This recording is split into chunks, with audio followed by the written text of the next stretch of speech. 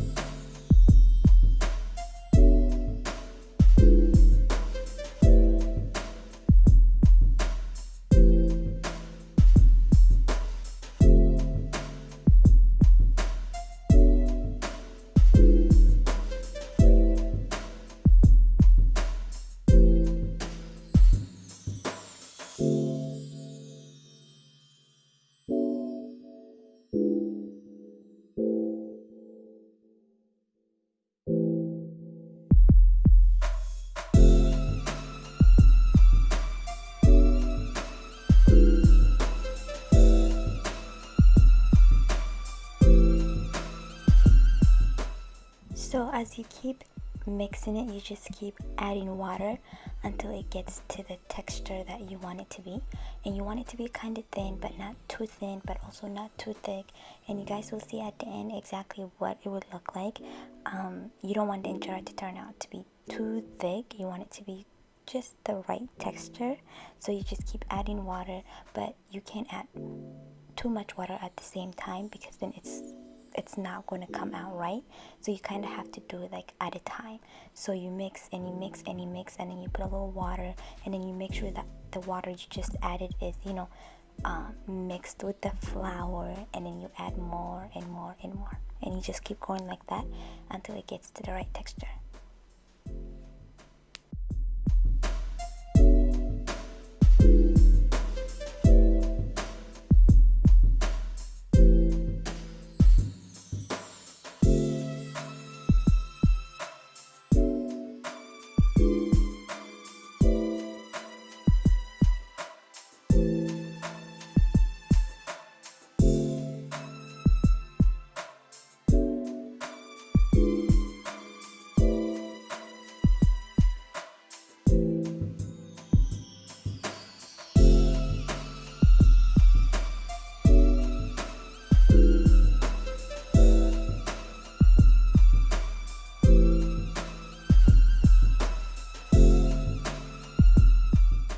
So now it has gotten to the right texture. It's thin enough.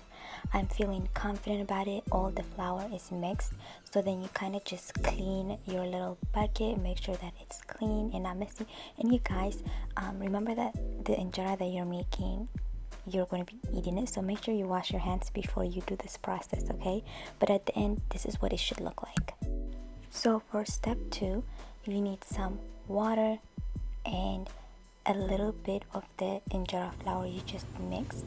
You want to make sure that the water is boiling, and as soon as the water starts to boil up, you're going to take a little bit of the flours that you just mixed, like the injera, and you're going to put it in the boiling water. So you want to make sure you keep spinning, because you don't want it to boil up.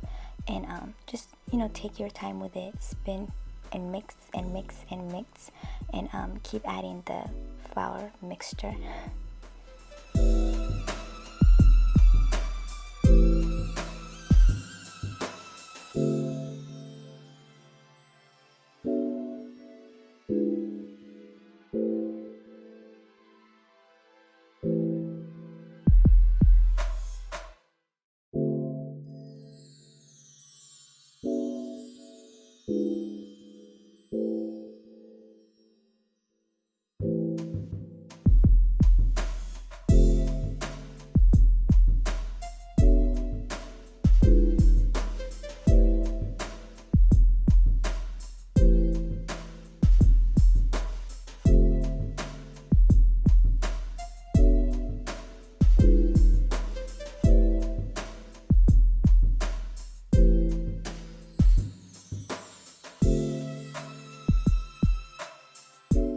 So when it has really cooked, well not cooked, well yes cooked, when it has thickened, you'll see like the texture changed. You guys saw, right?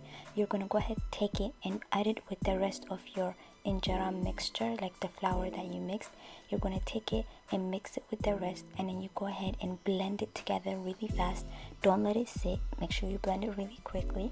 As soon as that blends, then you're gonna take that and put it in a blender and blend all of it, okay?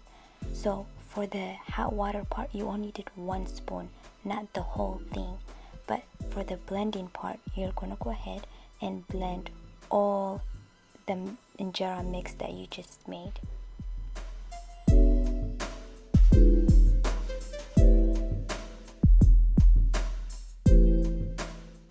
So this is just a regular blender that we have. You take a little bit, make sure to do it like, you don't have to do it all at a time. Well, you can if you want to, but we just don't have a big enough blender for that. So we do it a little bit at a time. You blend it and then you put it in a different bucket or bowl, so until you do all of it. You want to do all the mixture that you did, and then, well, you guys will see the next step.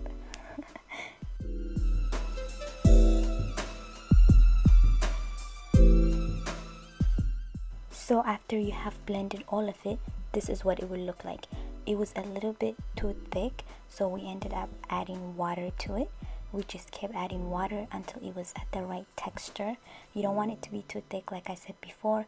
And as you guys can see, my mom's kind of just trying to see how much, like how thick and how thin it is. So she's just adding water until she gets it to the texture that she likes it. Not texture, but like, you know, not too thick, not too thin. What is that called? Comment down and let me know. When she thinks it's thin enough, like when it's the perfect, I keep wanting to say texture. Or when she thinks it's thin enough, she's gonna stop adding water. You don't want it to be too thin, but you definitely don't want to be too thick. The next step is to just put it in your little cup, and then you go ahead and cook it. So, of course, my mom makes a perfect circle, but I myself never do perfect circles, you guys. My injera is always either too small, too cricket, you know, it's just never perfect, but my mom always says a perfect circle. So when you're cooking it, you don't want to close the lid too fast. You want it to start forming little holes before you close it, okay? Don't close it too fast. When it's ready to come out, it should look like this. You can then go ahead and take it out, and that's pretty much it, you guys. I hope this video was helpful. If you guys like this kind of content, let me know down below. Thank you so much for watching, and yeah, make sure you like, comment, and subscribe, and I'll see you guys in the next video. Kisses, bye.